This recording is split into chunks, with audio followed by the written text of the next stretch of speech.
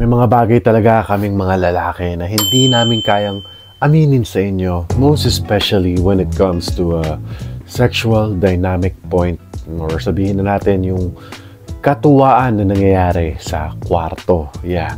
Meron din kami mga gusto na hindi namin ma-open up sa inyo, but we just do it na physically.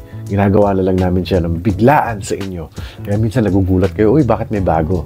Kasi, you know, hindi namin kasi masabi yan, yung mga bagay na yan sa inyo. Kaya maraming mga teorya, kaya mga tao, mga Pilipino sinasabi na, maraming mga teorya ang sinasabi na,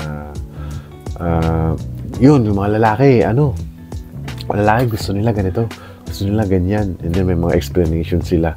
But, ito, manggagaling mismo sa isang lalaki na maraming karanasan sa babae ang magsasabi sa inyo ng mga gusto.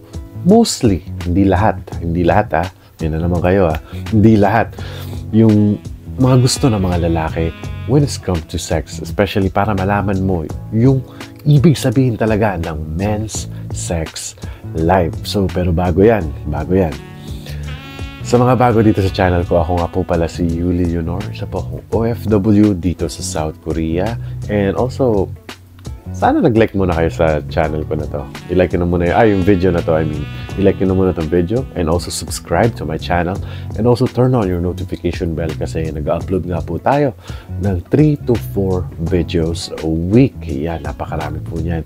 And also sa kalagitnaan po ng ating videos, meron po tayong shoutout section na babatiin ko po yung mga subscribers na nagpa-shoutout since last week. Kaya kung gusto nyo po masama sa shoutout section, comment nyo lang po down below yung mga pangalan ninyo, kung taga saan kayo, or kung may birthday, anniversary, pabate, or anything under the sun.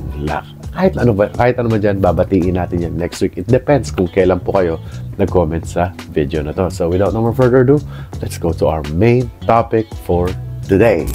Mga wish ng lalaki na sana alam nyo sa men's sex life.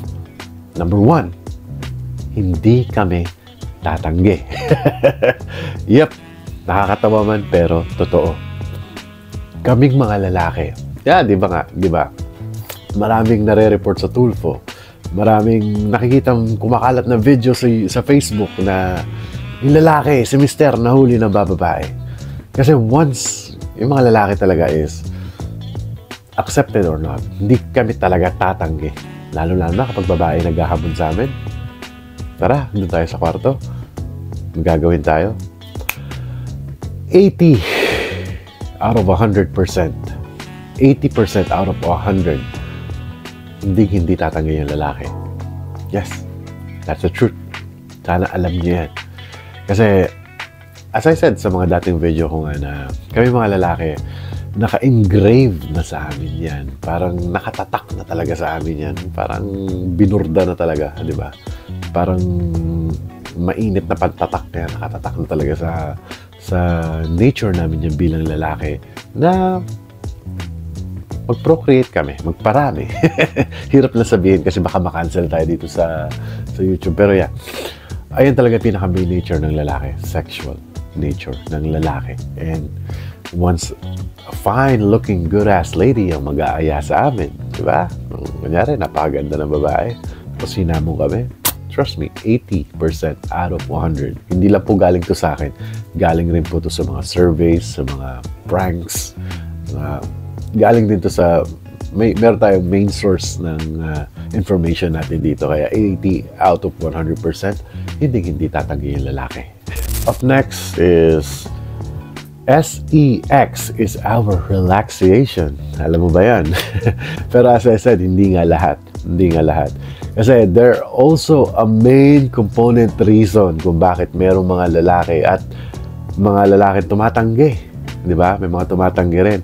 But there's also a main reason of that kasi usually nangyayari yung mga pagtanggi ng mga lalaki na yan on a marriage setup.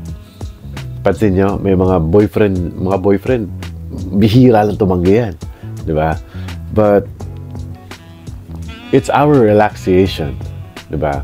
Kasi, as I said nga, sa mga married type of guy, sa mga kasal na lalaki, ang dami mga asawa nila nagrereklamo, hindi na ako ginagalaw ng asawa ko, ng mister ko. Bakit nga ba? Kasi di ba? Pagod na sa trabaho. At iba na kasi yung mindset nila when it comes to that. But yung mga medyo bata-bata pa kasi, medyo sinasabi nga nila mga papusok na mga lalaki pa, di ba? And especially, iba na kasi yung buhay. Iba na yung buhay pagdating sa marriage relationship. Diba? Ang reason na naman kasi ng mga married guy na yan, bakit sila tumatanggi is pagod na sila sa pagtatrabaho, nagpo-provide sila sa family, at the main thing na gusto na nilang gawin minsan kasi matulog. But that's the minority of guys. Hindi lahat yan. Majority ng mga lalaki, gusto namin pag uwi namin, diba? Nakahanda na yung pagkain, tsaka ikaw, di ba? Dalawa yung pagkain namin sa gabi. Kasi it's our form of relaxation, lalong-lalo na kung marunong ka rin naman, marunong kang dalhin yung mister mo sa kwarto, di ba? Kung kaya-kaya mo siyang dalhin, it's also gonna be a biggest form of relaxation sa amin. Pansin nyo, di ba? Pansin nyo. Pagkatapos ng lalaki sa trabaho, tapos umaksyon kayo sa kama, pansin nyo, di ba? Yung lalaki ang bilis makatulog. Nakatulog na lang bigla. Pansin nyo yun. But it always happens to me. Nangyayari sa akin yung personally. Kaya I think we all men have the same experiences when it comes to that. So, yeah. As I said, yung unang minority is only happen rarely sa mga, rare lang sa mga married at mga matatagal na magkasama kasi nga may ibang mindset na sila, may ibang goals na sila. Siguro tapos na sila dun sa mga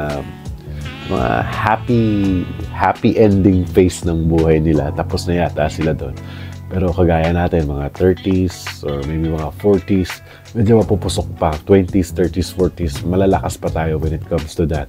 Kaya, especially yung mga new couple. Yan, yung mga new couple na yan, di ba, akakalain mo. 2 weeks pa lang, pero pinag-uusapang kasal na. Oy, guilty. Di ba? Yun, di ba? Ayun yung mga medyo magiging talaga na magiging form talaga, and especially pag nagsama na kayo sa bahay, ayan yung magiging pinaka-form of relaxation ng isang lalaki. Yeah, for girls, I know. It's like a job for you kasi mahal nyo nga yung tao and you also wanna have fun too. But kami sa lalaki, yan yung pinaka-main needs namin as a guy. Pero bago tayo tumuloy sa ating number 3, ay babatiin muna natin ang ating mga mahal na subscribers na sila Mao ng Japan. Hello Mao, konnichiwa. Kay Nelly Tam ng Binangonan, Rizal. Kay Ira Sirunay ng Bohol. Kay Cat Advice Stories ng Russia, Privyet. Kay Irene Galindon.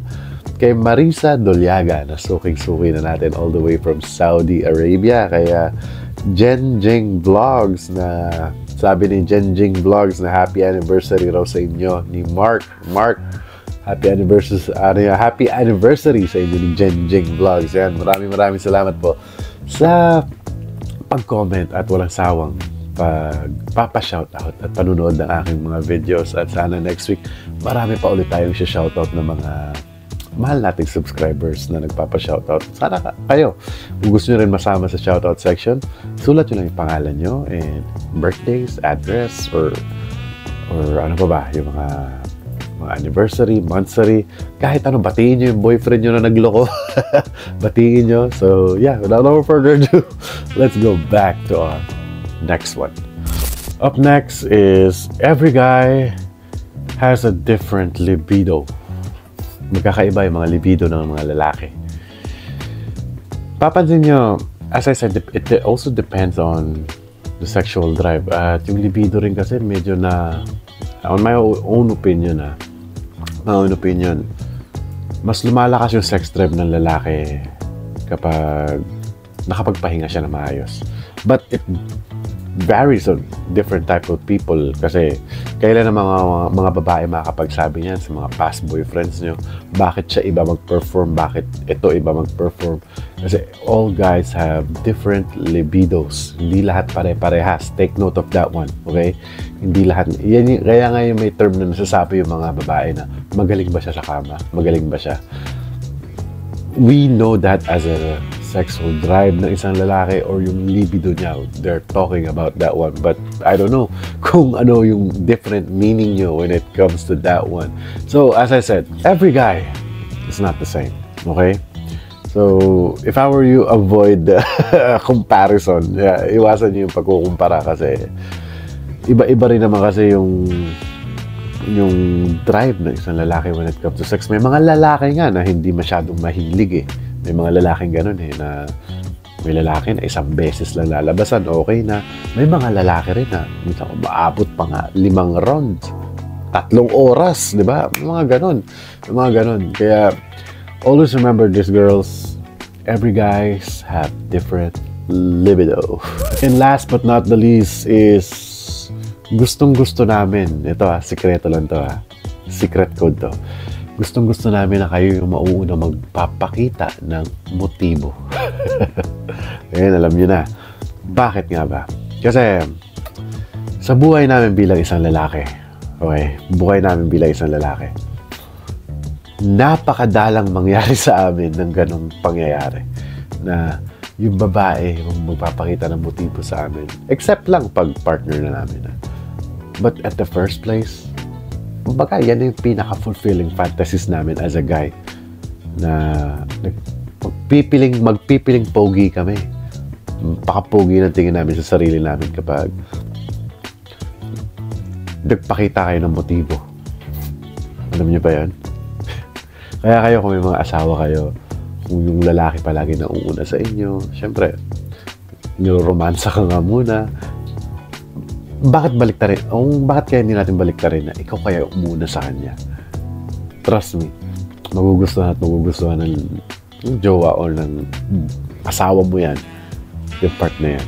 So, yeah, yung mga ganong scenarios kasi mostly on the cases kasi yung nauuna talaga is lalaki. Nangunguna talaga palagi yung lalaki. But it's our desire, as I said, fantasy. Magiging fantasy na namin yan na gusto namin. Kami naman yung halikan sa leeg. Kami na naman yung uunahan. Kaya, hindi porket nagpakita ng motibo, ilalabas mo ang embutido. So, yeah, sana may natutunan na naman kayo ngayong araw na to sa video ko. Kung nagustuhan itong video ko, please leave a like. And also, do not forget to subscribe to my channel at turn on your notification bell. At also, kung gusto niyo makita yung personal life ko dito sa South Korea, ito po ang aking Instagram. Ayan, nagpo-post po tayo ng mga stories personally na medyo labas dito sa YouTube. Personal life ko nga eh. Kaya, yeah, keep on commenting para tumaas palalo yung algorithm natin dito sa YouTube kasi napakalakas na puwersa yan. Pag nagko-comment kayo, nilalike nyo, mailalabas pa yan sa mga iba't ibang lugar na may mga Pilipino na nangangailangan ng pag-ibig. So, without no more further ado, maraming salamat po sa panonood at lagi nyo tatandaan, mahal na mahal ko kayo.